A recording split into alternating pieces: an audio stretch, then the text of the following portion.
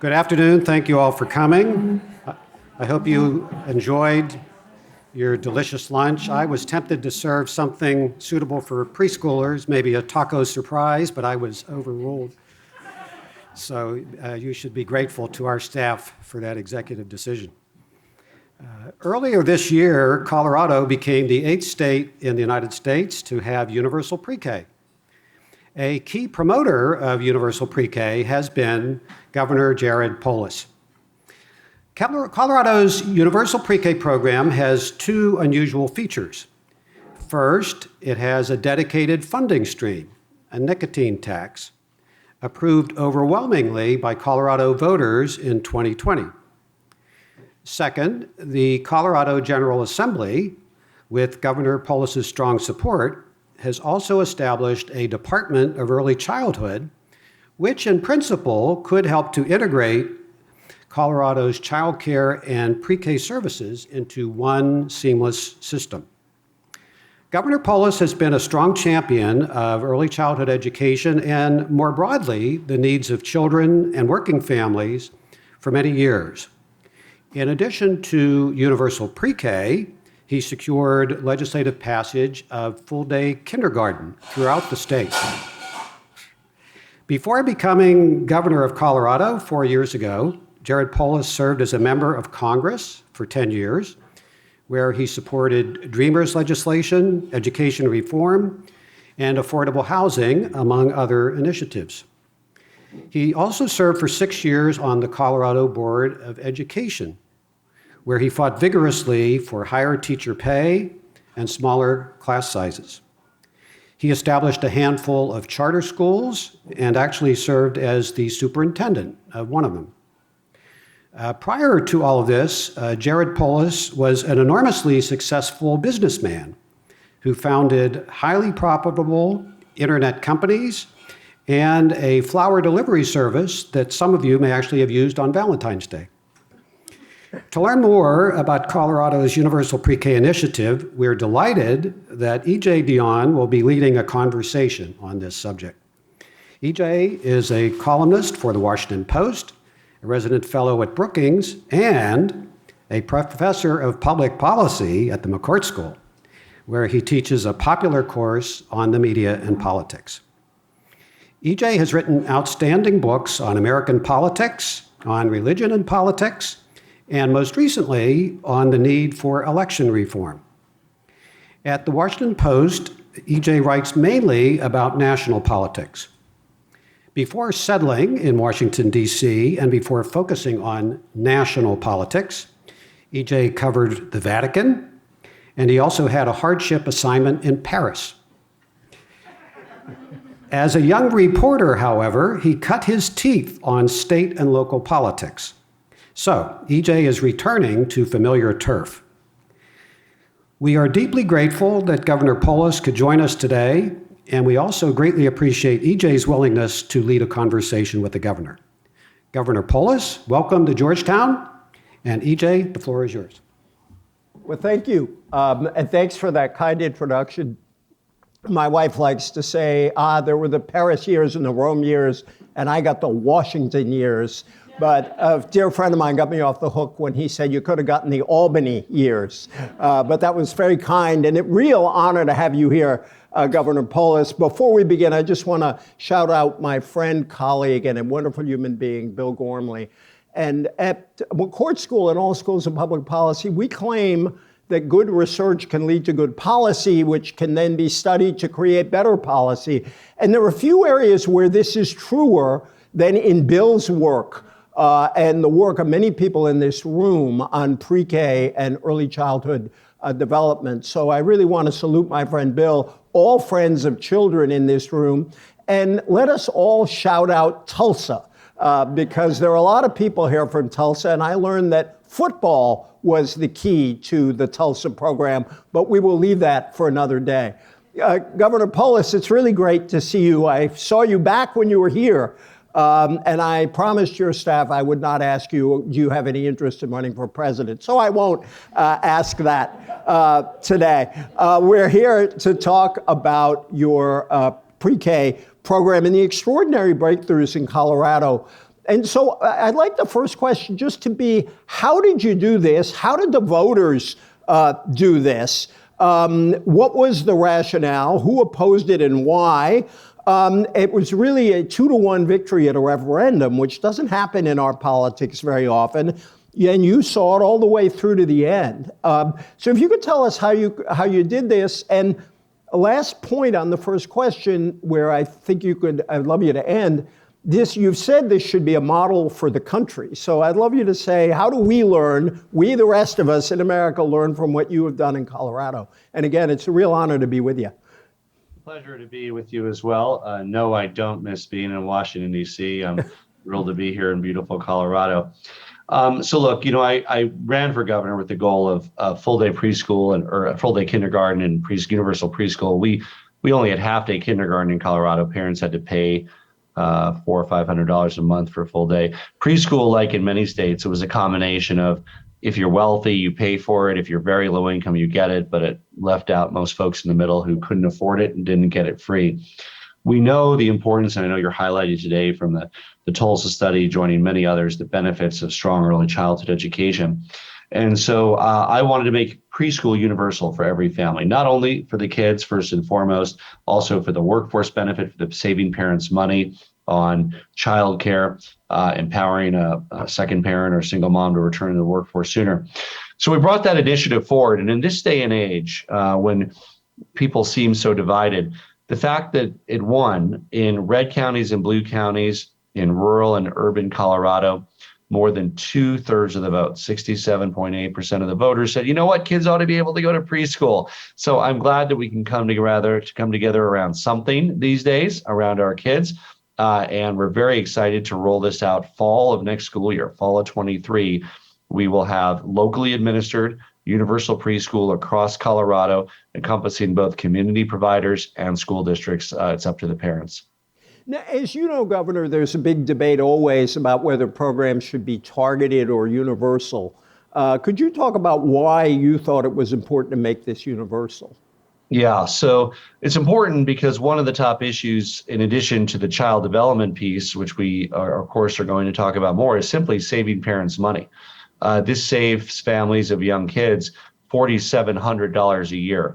And whether you make $80,000 or $300,000, that's a big deal because costs have gone up with mortgage rates increasing, housing costs in Colorado, gas at the pump. And that universality also helps support mixing of people from different walks of society. And I would add that we still have robust funding for additional preschool for low income and those who can't afford it, more hours that they benefit from.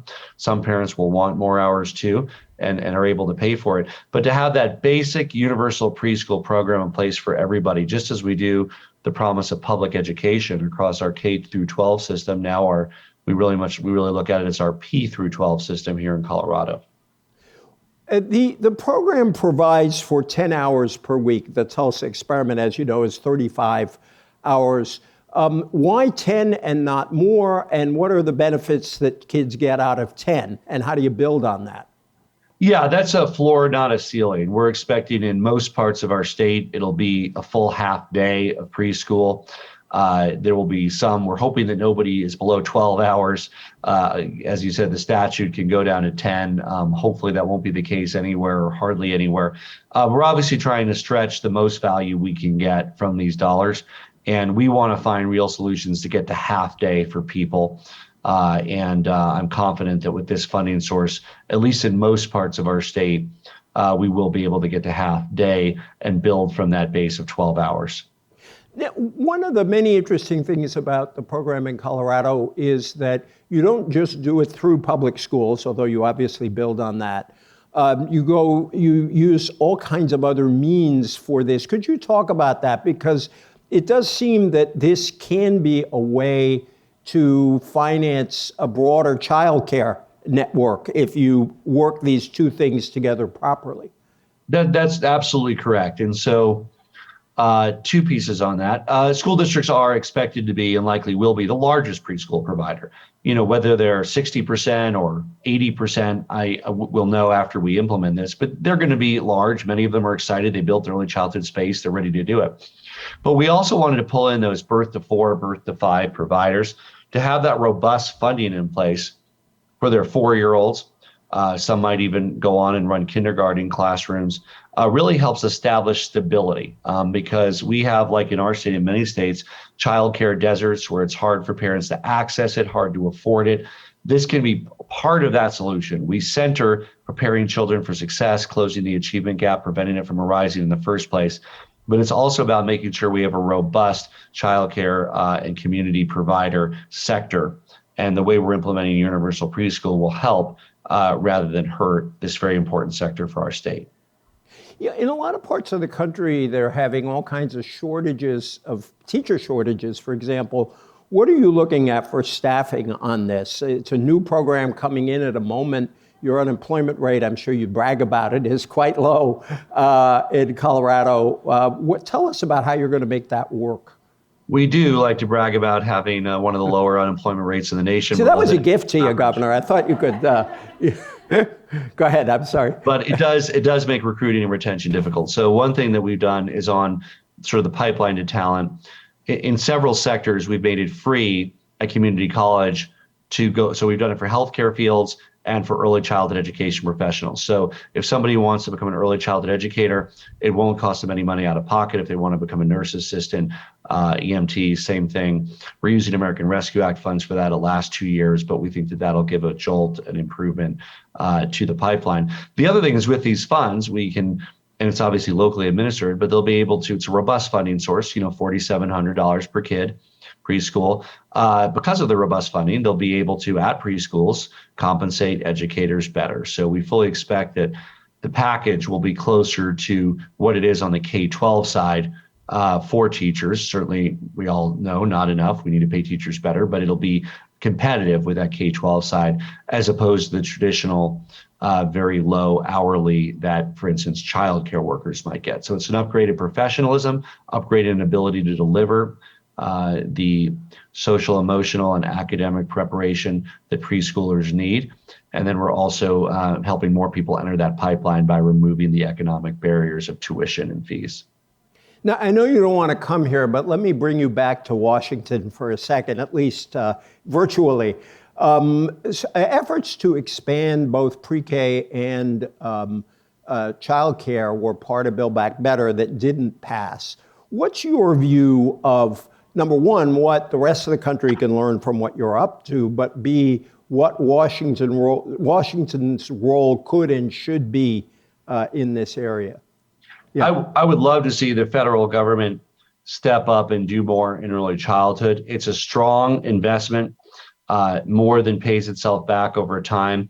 I think once it got into that reconciliation discussion, in some ways it got more controversial. They should have found a way to go for the 60 votes or 70 votes for preschool. I mean, if it can pass in a purple state like Colorado with 67.8% of the vote, there ought to be a package that gets 65 or 70 votes in the U.S. Senate. So I would encourage senators from both sides of the aisle to work on this kind of important investment, which again is really a 2-for or 3-for here. Number one, it's about preventing the achievement gap from arising before it's created. Number two, it's about workforce today. Workforce today, workforce today, workforce today. It's about meeting and helping to meet some of those labor challenges that we face to power the private sector for success.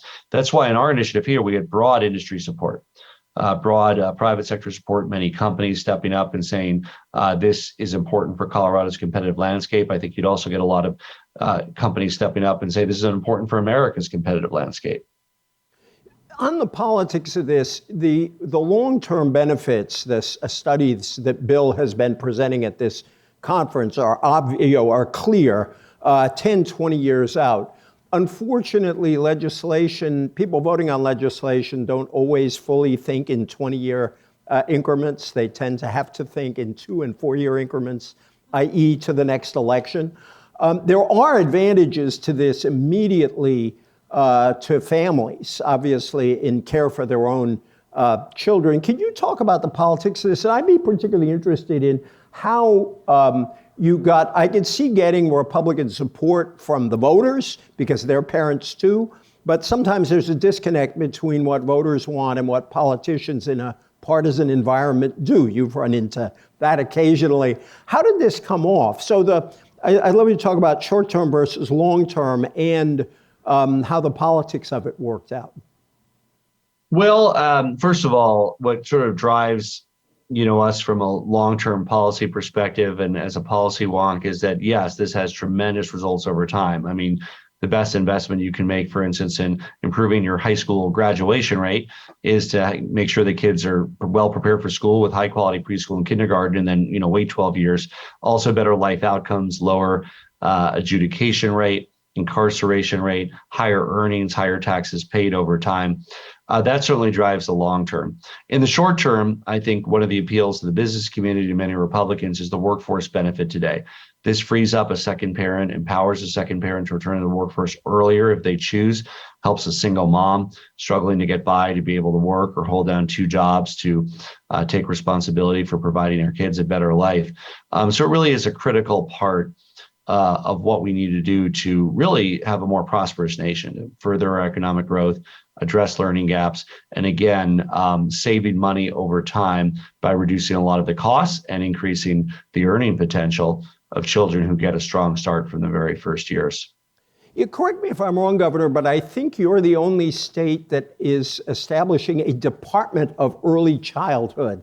Maybe you don't want to correct me if I'm wrong on that one, but why are you doing that? That's an extraordinary initiative, and obviously it says how important this is to you. What are the benefits of this long-term, of creating a department dedicated to this proposition? I'm afraid we're going to lose Bill Gormley to Colorado in this. Well, I wish I could take credit as the first state. I don't think we're the first. We're one of the early states to do this. I think we're seventh or eighth. This is a how we manage it thing. So we didn't want to manage it through the conventional school system. We didn't want to manage it through, our human services. States have that department. Early childhood deserves its own focus. It has different constituents, different providers, different needs, a lot of bipartisan support. Another thing Republicans like is the idea of streamlining bureaucracy and reducing a single point of entry for parents, making it easier for providers, reducing paperwork rather than all these programs having one universal preschool program administered by a Department of Early Childhood rather than having to talk to your school district about this and a different state department about that. So we want, in Colorado, and I'd love for America to be, the best in the world for birth to 5. And we, in Colorado, under my governorship, our goal has been to move from laggard to leader in this space. And along with the funding, the procedural reforms and the streamlining through the Department of Early Childhood has also been a big part of our plan to successfully prepare all kids for success.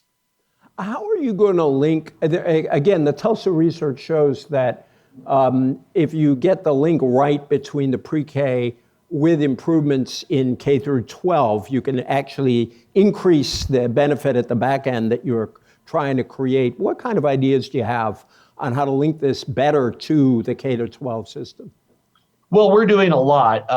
Kindergarten mostly delivered through school districts, as I indicated, probably somewhere between 60 and 80% of preschool will, but also for the preschool kids that aren't.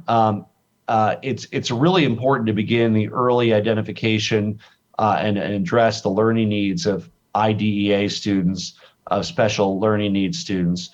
Districts do that. If the kid's in a private provider, they might see a district specialist. But when you can address a lot of the IEP needs or the IDEA needs, those are acronyms, but for folks out there, these are kids with specialized learning plans, special ed.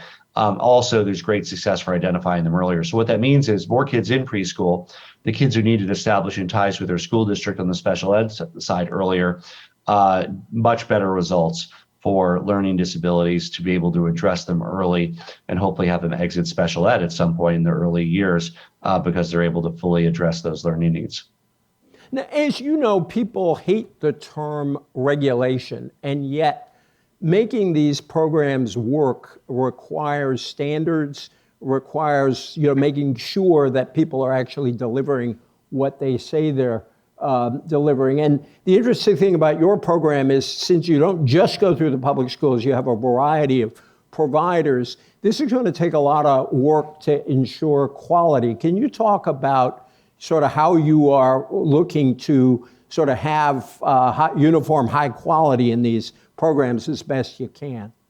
Yeah, so first of all, we try to set up what we believe is a proper role for the state. So they're locally administered, but the state, if you will, accredits and empowers their administrators. So in most counties, it's early childhood councils. It can be the county itself. And they are accountable for how they deliver preschool and early childhood. The state holds them accountable for high quality. And we have our very clear metrics around the quality that however they choose to administer and whatever providers they need to use, the minimum bar, so that A, parents know their kids are getting a good preschool experience, and B, that as a state we benefit from the funding that's going in, and the kids are better prepared for school success and beyond.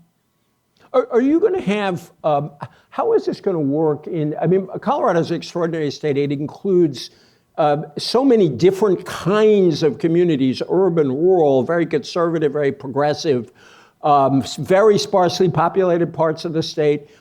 Talk about the relationship between what's going to happen in big cities or bigger cities versus what's going to happen in rural areas.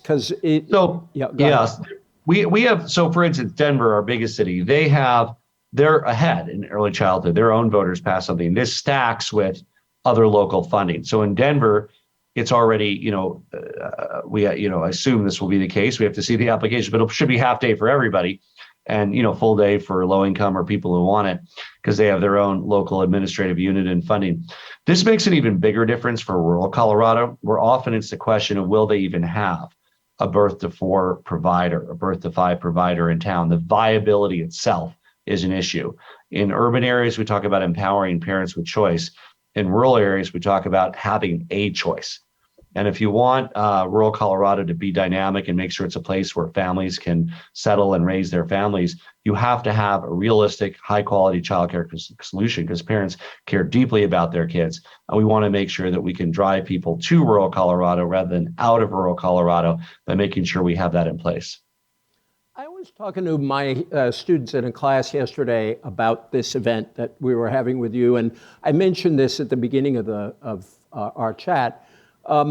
Research, it's not always the case that research in public policy makes a difference. I'd like to believe it always does, but sometimes people don't want to look at the research. This seems to be an area where the news about pre-K and really has penetrated the larger public. Can you talk about, and maybe to give advice to people who are doing research in this area, how to make a difference in the public conversation where it gets to politicians, it gets to voters. People instinctively want their kids to do well, but to learn that a particular investment actually can make a difference is a big deal. Can you sort of talk to them how they can make this effective in the public sphere? And this is very important because preschool, obviously, it's optional for Colorado parents.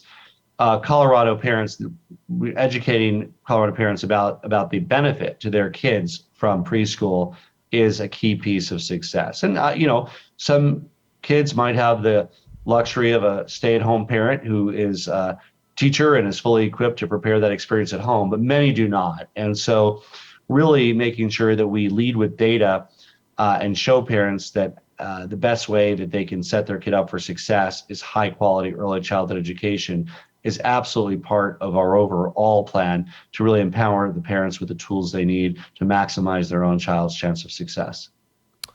Last question. I think we're close to out of time here. And again, thanks for joining us. It's really great to be with you.